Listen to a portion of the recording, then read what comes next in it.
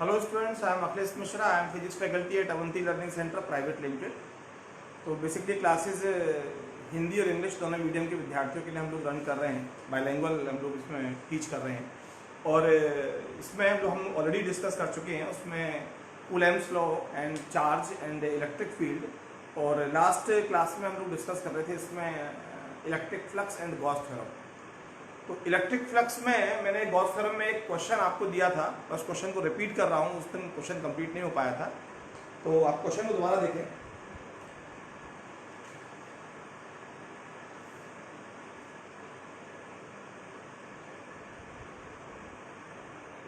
A plane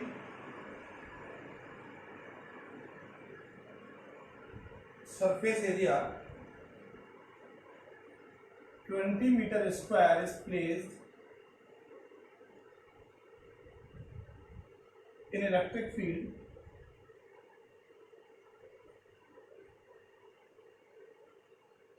vector E is equal to 10 I cap plus 5 J cap Newton per coulomb. Calculate flux related to surface if surface present in number first xy plane, number second xz plane और number third in yz plane। इसको दो तरीके से हम discuss करेंगे। एक तो mathematically, लेकिन आपको फिजिकली समझाने की कोशिश करेंगे कि देखिए electric field 10 I cap plus 5 J cap है। यदि मैं बात करूं, ये हमारा एक्स एक्सिस है, ये हमारा वाई एक्सिस है। तो एक्स का लॉन्ग फील्ड कितना है 10 और वाई का लॉन्ग कितना है 5। मतलब 10 ऐसे और 5 ऐसे है। कैसे? ऐसे है ना, 10 I cap plus 5 J cap. तो 10 न्यूटन पर कूलम एक्स के long, 5 Newton per coulomb Y के लॉन्ग। और हमारी ये सारी वॉल्स हैं, सबका एरिया कितना है? सबको 20 मीटर स्क्वायर। अब ये हमारा x है, ये हमारा y है। तो ये फर्श हमारा कौन सा प्लेन है? xy plane. या ये भी छत हमारा कौन सा प्लेन है? xy plane. ये x है और ये z है, तो ये कौन सा प्लेन है? xz plane. यदि इसमें जाऊंगा, मैं ऐसे जाऊंगा तो x के लॉन्ग जाऊंगा और z के लॉन्ग जाऊंगा। ये जो हमारी वॉल है, ये कौन सा प्लेन है? yz plane. ये y है, ये z है, ऐसे जा रहे हैं। ये भी yz प्लेन, ये भी yz प्लेन, ये xz प्लेन, वो xz प्लेन, ये xy प्लेन, ये xy प्लेन। पहले पूछा है xy प्लेन से फ्लक्स कितना पास होगा। तो देखिए 10 ऐसे जा रहा है और 5 ऐसे जा रहा है। 10 किससे पास हो रहा है? yz से। 5 किससे पास हो रहा है? xz से। इससे तो कोई फ्लक्स पास नहीं हो रहा ना। इलेक्ट्रिक फील्ड तो ऐसे है, तो xy प्लेन से कोई फ्लक्स पास नहीं हो रहा। 5 इज इक्वल टू कितना है? 0। अब बात करें xz प्लेन से, इससे या इससे, तो यहां से कितना? ये 10 I कैप या 5 J कैप है, तो 5 तो पास हो रहा है इस एरिया से। ये कौन सा प्लेन है आपका सामने वाला? xz plane. तो 5 कितना होता है हमारा? 5 हमारा होता है E इंटू ए। तो इससे E कितना पास हो रहा है? इससे E पास हो रहा है हमारा कितना? 5। और A कितना है? 20। तो कितना आ गया? 100 newton per coulomb into metre square. yz plane कौन सा है हमारा? ये जो वॉल है, ये yz प्लेन। इससे कितना पास हो रहा है? 10 पास हो रहा है। 20 क्या है? इसका एरिया है। 5 E इंटू ए, तो 5 कितना आ गया? 10 इंटू 20, ये कितना आ गया? 200 न्यूटन मीटर पर मीटर स्क्वायर पर कूलम। देखिए एक बात और है, इस क्वेश्चन में बहुत ध्यान देने की जरूरत है। इस टाइप के सारे क्वेश्चंस हो जाएंगे। फाई का जो बेसिक फॉर्मूला है वो phi is equal to vector E dot vector A होता है। ई तो हमारे पास है, ए हमको निकालना है, तो एक्स वाई प्लेन है, एक्स वाई प्लेन यही तो है। एरिया वेक्टर क्या होता है? प्लेन के परपेंडिकुलर आउटवर्ड्स, ये एरिया है, पृष्ठ के लंबवत क्या? बाहर की ओर, तो ये डायरेक्शन कौन सी होती है? के कैप। भाई ये आई कैप एक्स के अलोंग, वाई के अलोंग जे कैप और जेड के अलोंग के कैप। एरिया कितना हो गया आपका? 20 के कैप। एरिया कितना हो गया आपका? 20 के कैप। दैट इज, यदि हम ई की बात करें तो ई तो हमारा 10 आई कैप प्लस 5 जे कैप और जेड के अलोंग है ही 0 के कैप। और एरिया वेक्टर कितना आ गया हमारा? 20 के कैप। तो 0 आई cap plus 0 J cap plus 20 के कैप। और 5 कितना होता है? ई डॉट ए, कितना आ गया? 10 इंटू 0 0, 5 इंटू 0 0 और 0 इंटू 20 कितना? 0। तो प्लस कितना आ गया आपका? 0 आ गया। इससे X Y. Second, X Z plane. X Z plane सामने वाला है, 10 ये और 5 ये, ऐसे इलेक्ट्रिक फील्ड पास हो रहा है, तो इसका एरिया वेक्टर क्या होगा? प्लेन के परपेंडिकुलर आउटवर्ड्स, तो 20 क्या हो गया? इस डायरेक्शन में हो गया ना। और ये कौन सी है? जे कैप। डायरेक्शन ये कौन सी है? जे कैप। ये कौन सी है? के कैप। ये कौन सी है? आई कैप। एक्स जेड में पृष्ठ के लंबवत बाहर की ओर कितना आ गया? 20 क्या? जे कैप। तो ई तो हमारा वही है, 10 आई कैप प्लस 5 जे कैप प्लस 0 के कैप। और एरिया वेक्टर कितना आ गया हमारा? 0 आई कैप प्लस 20 जे कैप प्लस 0 के कैप। 5 हो गया ई डॉट ए, 0 प्लस 100 प्लस 0। तो 5 कितना आ गया हमारा? 100 Newton metre square per kilometre. वही सेम आ रहा है। और वाई जेड प्लेन कौन सा हमारा? ये एरिया वेक्टर क्या होगा? प्लेन के परपेंडिकुलर आउटवर्ड्स, पृष्ठ के लंबवत कहां? बाहर की तरफ, कितना हो गया? आई कैप। तो ये हो गया बेटा आपका थर्ड। ई तो वही है, 10 आई कैप प्लस 5 जे कैप प्लस 0 के कैप। और एरिया वेक्टर कितना है हमारा? एरिया वेक्टर है हमारा 20 I cap plus 0 J cap plus 0 K cap. तो 5 कितना आ गया? E dot A 200 plus 0 plus 0। 5 कितना आ गया? 200 newton metre square per kilometre. बात समझ लो, क्लियर है? अब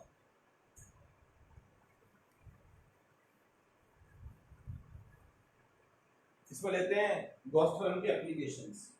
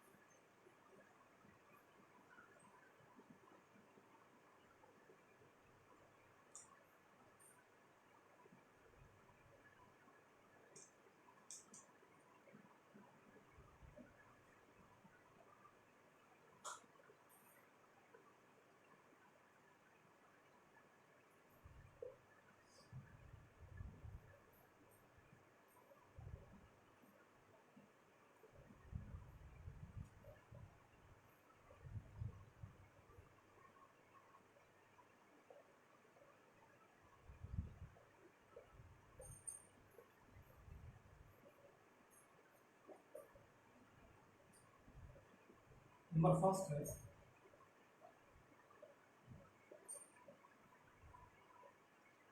इलेक्ट्रिक फील्ड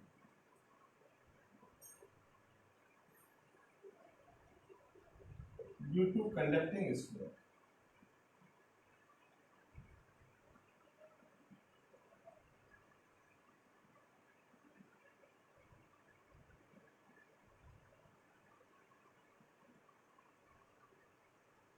किसी गोलीय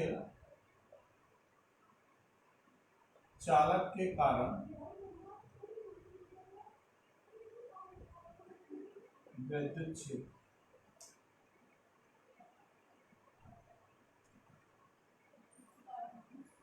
electric field due to conducting sphere.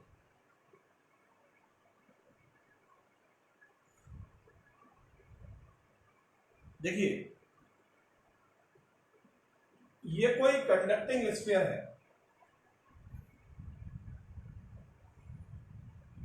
Conducting sphere में जो भी चार्ज होता है, जो आवेश होता है, वो क्या होता है कि वो पृष्ठ पर होता है, अंदर कोई चार्ज स्टे नहीं करता। और इसका रेडियस है कैपिटल आर। इसका रेडियस है कैपिटल आर और इसके सेंटर से आर डिस्टेंस पर किसी पॉइंट P पर आपने इलेक्ट्रिक फील्ड फाइंड करना है। सेंटर से स्मॉल आर डिस्टेंस। अब देखिए गॉस थ्योरम कैसे अप्लाई करते हैं। पहली कंडीशन तो ये है कि किसी क्लोज सरफेस के लिए एप्लीकेबल है, किसी बंद वक्र के लिए ही एप्लीकेबल है। जिस भी पॉइंट पर आपको इलेक्ट्रिक फील्ड विद्युत क्षेत्र फाइंड करना होता है, उस पॉइंट पर आप क्या ड्रॉ कर लेते हैं, गॉसियन सरफेस, एक imaginary surface.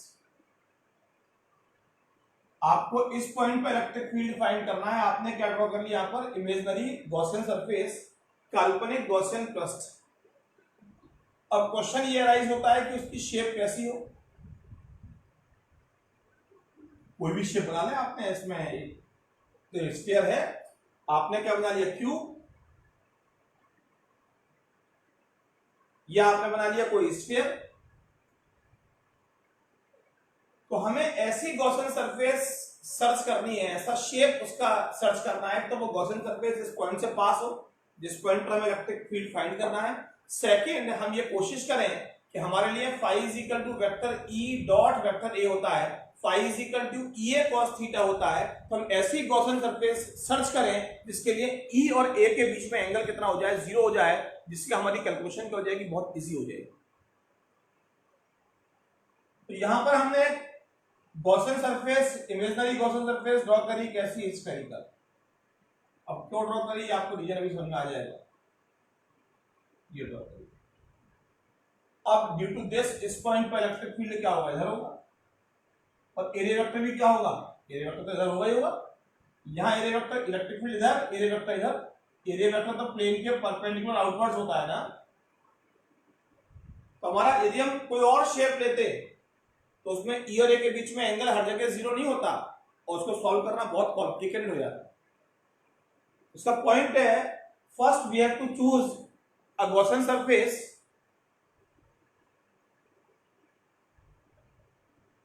and the Gaussian surface should be in such a manner that is at every point of Gaussian surface the angle between vector E and vector A should be 0. एक ऐसा Gaussian surface draw करना है जिसमें E और A के बीच, vector E और vector A के बीच में एंगल कितना हो जाए, 0 हो जाए, पहला स्टेप। और वो गॉसियन सरफेस उस पॉइंट से पास हो रही हो जिस पॉइंट पर आपको इलेक्ट्रिक फील्ड फाइंड करना है। नेक्स्ट स्टेप है, उस गॉसियन सरफेस पे आपने स्मॉल एरिया एलिमेंट ले लिया, एक स्मॉल एरिया एलिमेंट ले लिया, एक स्मॉल एरिया ले लिया, सूक्ष्म क्षेत्रफल ले लिया, और पहले निकाला कि इस एरिया से, देखिए चार्ज इसके अंदर है तो इलेक्ट्रिक फ्लक्स तो पास होगा ही होगा हर तरफ से। सेकेंड स्टेप में आपने स्मॉल एरिया एलिमेंट लिया, तो एरिया वेक्टर क्या हो जाएगा, डी, ऐसा हो जाएगा, और इससे क्या निकाला आपने, फ्लक्स निकाला स्मॉल एरिया एलिमेंट्स। तो यहां पर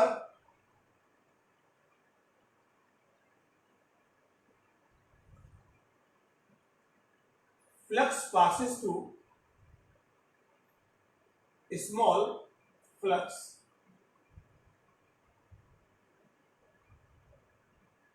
passes through area element D. इससे कितना फ्लक्स पास हो रहा है, तो D phi is equal to कितना आ गया vector E dot vector D A, और ई और डी ए के बीच में एंगल कितना है 0, तो डी फाई कितना आ गया, डी फाई आ गया आपका ई डी ए कॉस 0, तो डी फाई कितना आ गया आपका ई डी ए, और पूरे के लिए निकालना है तो क्या कर लें इंटीग्रेशन क्लोज सरफेस के लिए, बंद पृष्ठ के लिए, तो कितना आ गया ई तो कांस्टेंट है ना हर पॉइंट पर, यहां भी ई, यहां भी ई, यहां भी ई, उसका मैग्नीट्यूड तो कांस्टेंट है, कांस्टेंट टर्म बाहर आ गई, इंटीग्रेशन ऑफ डी ए, तो phi E is equal to E into A, और एरिया है कितना पूरा 4 pi R square, 4 pi R square. देखिए इस एरिया से फ्लक्स निकाल रहा हूं ना, तो इसका रेडियस कितना आर, त्रिज्या कितनी आर, कितना होता है इसका एरिया 4 पाई आर स्क्वायर। ये इक्वेशन हो गया हमारा फर्स्ट। सर्कल नहीं है कि पाई आर स्क्वायर कर दें आप, वृत्त नहीं है, और from Gauss theorem phi E is equal to 1 upon epsilon times of charge enclosed, charge enclose कितना है यहाँ पर क्यू, इसके अंदर चार्ज कितना है क्यू ही तो है, दोनों कंपेयर कर लिया, from first and second E into 4 pi R square is equal to 1 upon epsilon times of Q, तो E कितना आ गया 1 upon 4 pi epsilon naught Q upon R square. This is the electric field.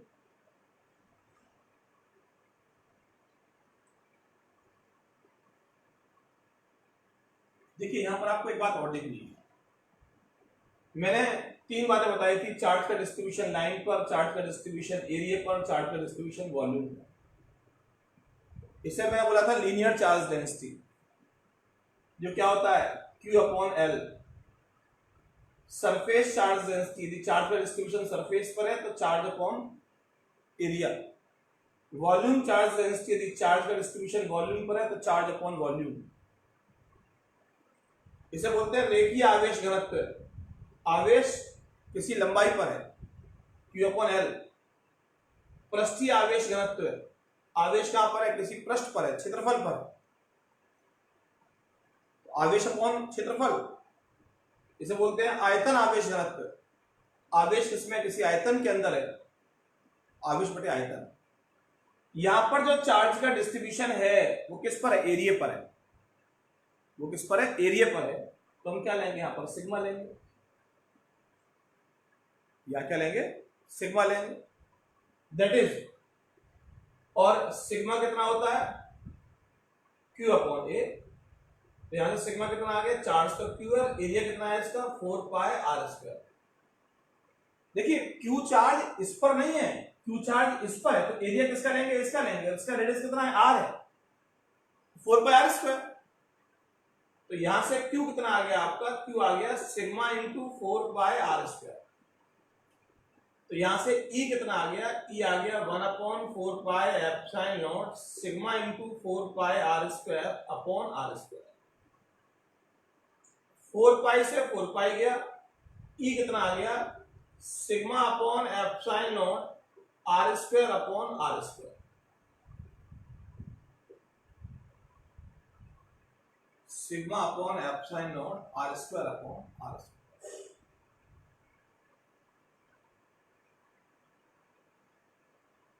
बात समझ आ रही है आपको, 2 फॉर्मूले हो गए।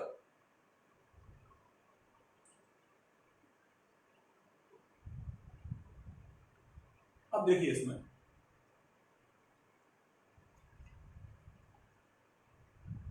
ये तो जो पहली कंडीशन आई थी वो तो ये आई थी कि R क्या है, R से बड़ा है, मतलब बाहर निकाल। सेकेंड कंडीशन क्या है इसमें,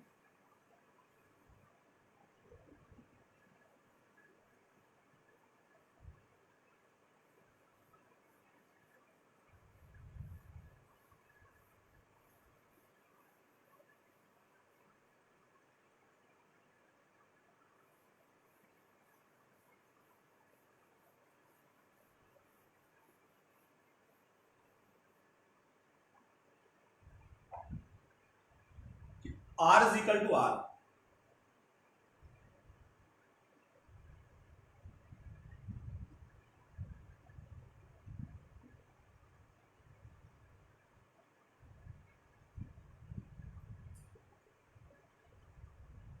मतलब एट सरफेस।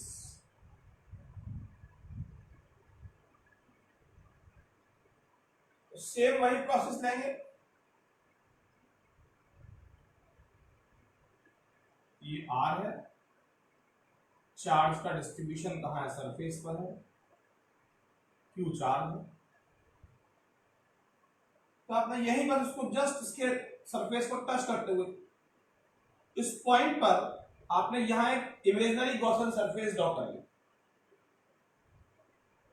बिल्कुल यहीं पर ऐसे ऐसे तो मैं ड्रॉ नहीं कर सकता, ये आपने गॉसियन सरफेस ड्रॉ कर ली। वही बात कि अच्छा चार्ज का इफेक्ट कहां मान लेते हैं हम, सेंटर पर। ऐसा नहीं कि चार्ज सेंटर पर होता है, कंडक्टर के अंदर चार्ज होता ही नहीं। यदि मैं अलग अलग चार्जेस की वजह से फील्ड निकालूं किसी पॉइंट पर, इसकी वजह से अलग, इसकी वजह से अलग, इसकी वजह से अलग, और यहां क्यू मान के निकालूं तो सेम आएगा। तो इसलिए आप चार्ज को सेंटर पर एज्यूम मान लेते हैं। आपको यहां निकालना है तो इलेक्ट्रिक फील्ड क्या हो गया, ई इधर हो गया, एरिया वेक्टर क्या हो गया, डी आपका इधर हो गया। वही पहले आपने गॉसियन सरफेस ड्रॉ किया, उस पर एक स्मॉल एरिया एलिमेंट लिया और देखा कि उस एरिया एलिमेंट से कितना फ्लक्स पास हो रहा है, स्मॉल फ्लक्स निकाल लिया। तो D phi is equal to कितना आ गया आपका, ई डॉट डी ए, तो कितना आ गया, ई D A cos zero, cos zero कितना होता है आपका 1, तो डी फाई कितना आ गया आपका ई डी ए, और पूरा फाई कितना आ गया, phi is equal to close integration of E D A, या फाई कितना आ गया, E close integral of D A, और पूरा एरिया है कितना, E into 4 pi R square, ये कितना 4 पाई आर स्क्वायर। इक्वेशन क्या आ गई फर्स्ट। अब गॉस थ्योरम से क्या होता है,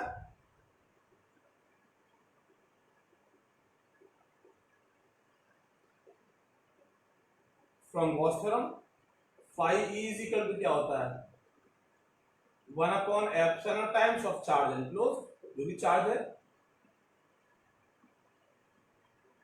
from first and second E into 4 pi R square is equal to Q upon epsilon naught, E कितना आ गया 1 upon 4 pi epsilon naught Q upon R square,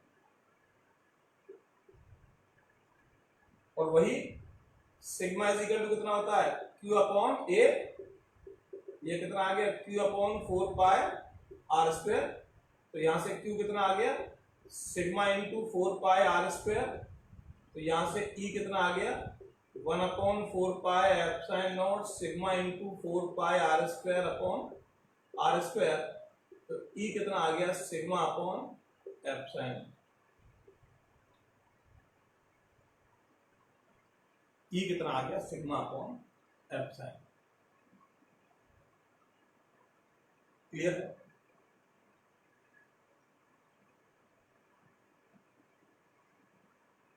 तो ये आ गया outside the surface at the surface. अब third लेते हैं इसमें,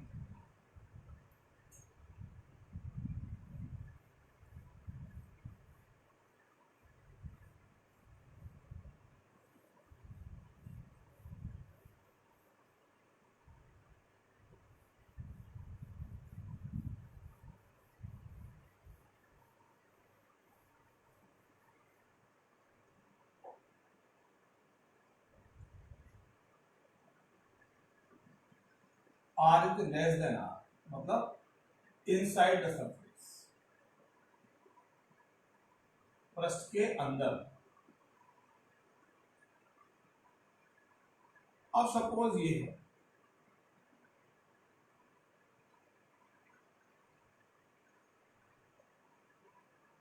क्यू चार्ज है, आर स्क्वायर रेडियस, आपको इस पॉइंट पर फाइंड करना है। तो उस पॉइंट पर हमने क्या ड्रॉ कर लिया, एक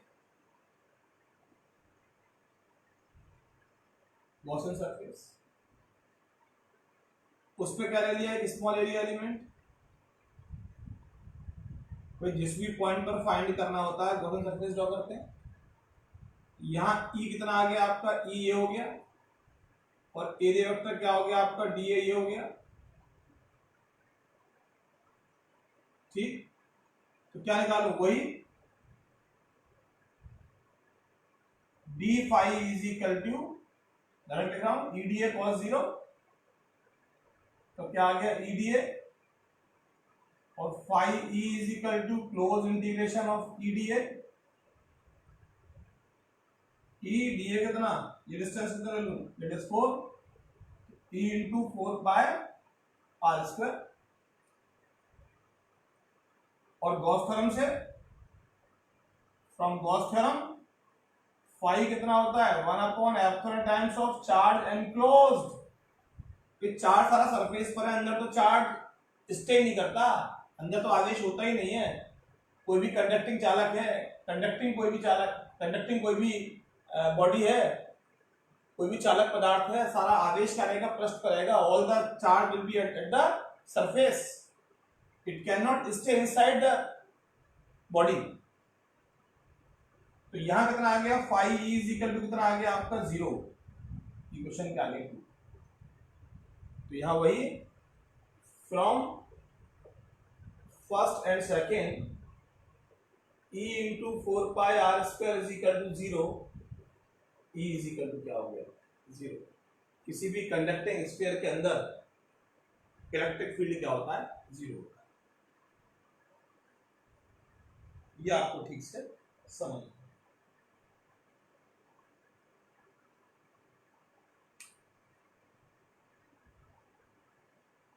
आगे देखिए।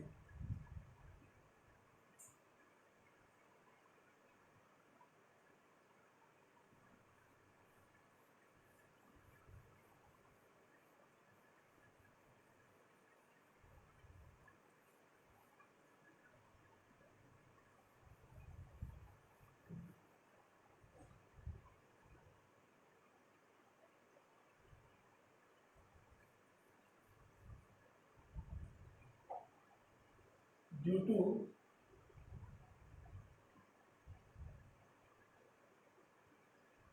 non-conducting sphere,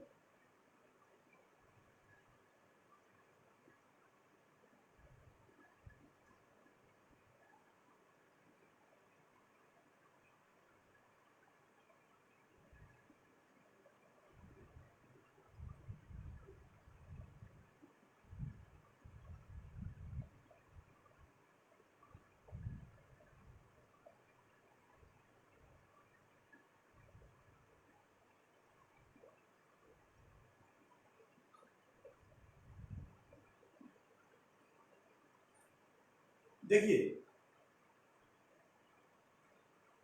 अब ये नॉन कंडक्टिंग स्फीयर है, और नॉन कंडक्टिंग स्फीयर के अंदर चार्ज जहां रखते हैं चार्ज वहीं स्टे करता है।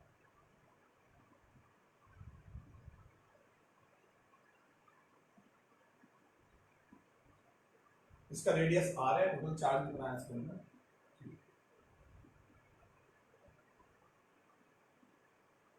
आपको इस पॉइंट पर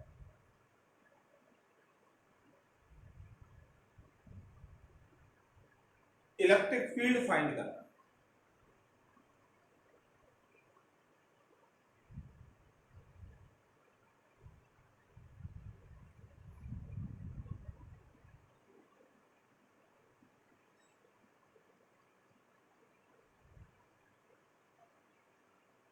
ठीक।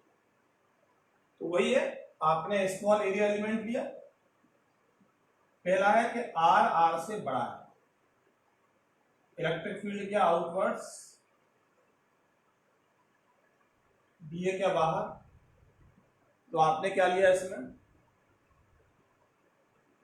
D phi E is equal to vector E dot vector D A, D phi E is equal to E D A cos 0, cos 0 कितना 1, D phi E is equal to E D A, और पूरे के निकाला तो integration of E D A,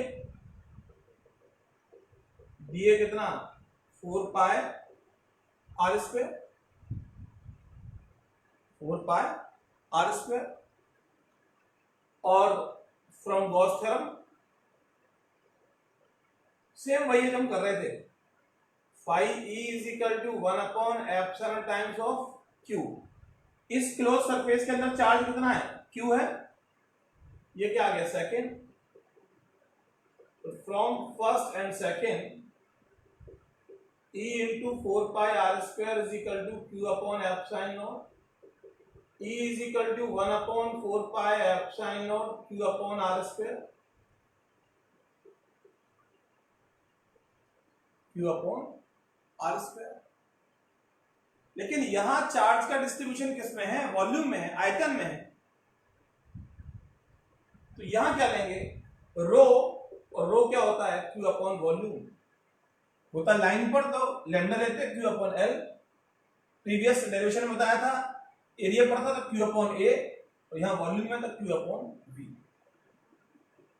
तो यहां से q कितना आ गया, रो इंटू वी, यहां से q कितना आ गया, रो इंटू वी कितना 4/3 पाई आर क्यू। इसमें है डिस्ट्रीब्यूशन चार्ज का इस वॉल्यूम के अंदर, इसका रेडियस कितना है, आर है। तो यहां से E is equal to 1/4 pi epsilon naught, Q कितना आ गया, rho into 4/3 pi R Q upon R square. तो 4 पाई से 4 पाई गया, E कितना आ गया, रो अपॉन 3 एप्सिलॉन नॉट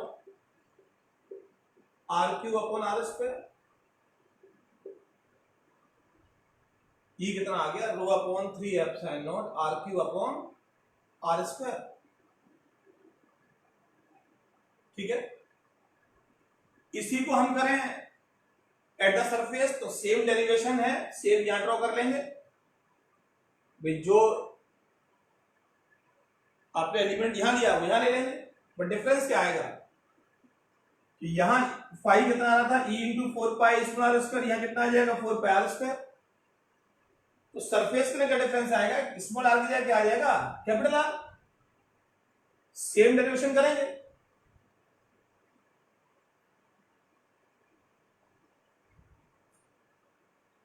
तो वही बता रहा हूं।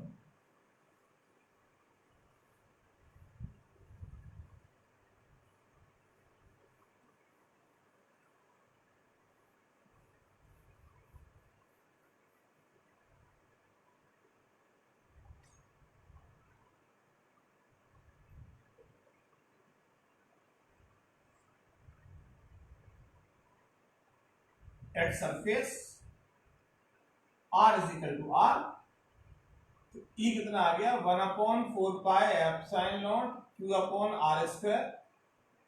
यह E कितना आ गया, rho upon 3 epsilon naught R Q upon R square. ये कितना आ गया, rho R upon 3 epsilon. E कितना आ गया, रो R अपॉन 3 एप्सिलॉन।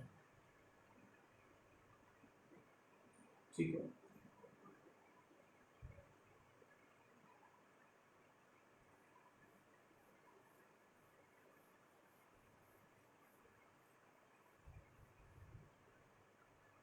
और नेक्स्ट है इसमें R is less than R, third condition है। तो फर्स्ट क्या आ गई, R से बड़ा है outer surface at the surface, और थर्ड क्या है, R से छोटा है, मतलब इनसाइड द सरफेस। तो आप देखो ना,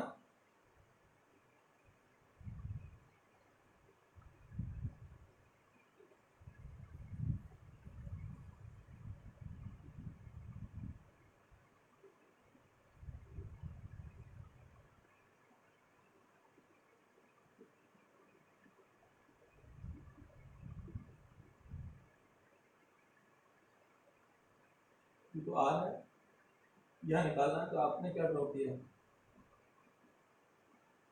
तो Q तो पूरे में है, ये R है, आपको इस पॉइंट पर निकालना। तो आपने क्या लिया, small area element, electric field क्या है, बाहर है, और एरिया वेक्टर भी क्या है, बाहर है। भाई जिस पॉइंट पे निकालना होता है गॉसियन सरफेस ड्रॉ करते हैं, और सपोज इसके अंदर चार्ज कितना है, q डैश है, q तो पूरे के अंदर है ना, तो वही phi is equal to E A cos 0 E D A cos 0,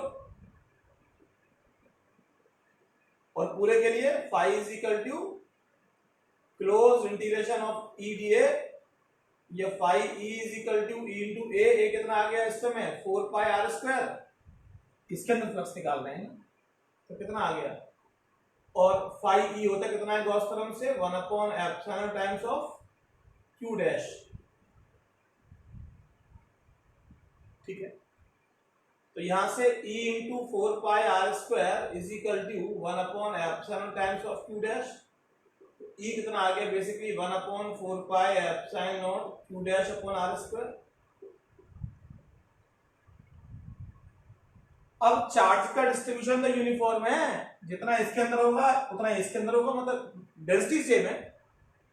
यदि यह चार्ज बड़ा है तो वॉल्यूम भी बड़ा है, आयतन भी बड़ा है, ये चार्ज छोटा है तो आयतन भी छोटा है, तो रो तो सेम रहेगा। रो पूरे के लिए कितना आ गया q upon 4/3 pi R cube, और इसके लिए q dash upon 4/3 pi small R cube. पूरे का q लेंगे तो पूरे का वॉल्यूम लेंगे, आयतन लेंगे, इसका q लेंगे तो इसका आयतन लेंगे, इसका रेडियस r है, तो यहां से q डैश कितना आ गया q r cube upon r cube, तो यहां से e कितना आ गया 1/4 pi epsilon naught q, square put कर रहा हूं, r cube upon r cube into r square, तो यहां से e कितना आ गया 1/4 pi epsilon naught q r upon r cube, मतलब यहां से E प्रोपोर्शनल टू क्या आ गया R आ गया, मतलब सेंटर पे इलेक्ट्रिक फील्ड 0, जितना बाहर जाएंगे उतना इलेक्ट्रिक फील्ड क्या होगा बढ़ेगा, यहां मैक्सिमम हो गया। इसके बाद तो डेरिवेशन पता है आपको, वहां तो E प्रोपोर्शनल टू 1/r² होता है।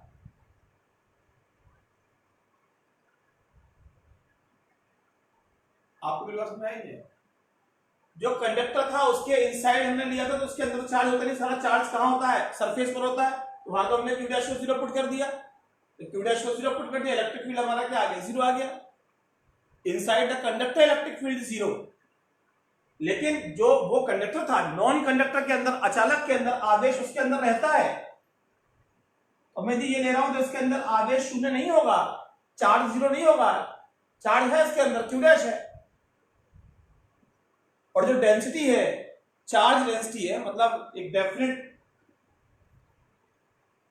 वॉल्यूम के अंदर जो चार्ज है, अरे वॉल्यूम बड़ा होगा चार्ज ज्यादा होगा, वॉल्यूम कम होगा चार्ज छोटा होगा, यूनिफॉर्म डिस्ट्रीब्यूशन है इसके अंदर चार्ज का, समान रूप से वितरण है इसके अंदर आवेश का, तो रो जो पूरे का होगा वही छोटे वाले का होगा, तो पूरे का रो क्या हो गया ये हो गया, छोटे वाले का रो क्या हो गया ये हो गया, यहां से q डैश की वैल्यू निकाल के पुट कर दी, you can find the resultant formula. Clear है? इसे आप नोट करें, इसे आगे कल कंटिन्यू करते हैं। Thank you very much, okay bye.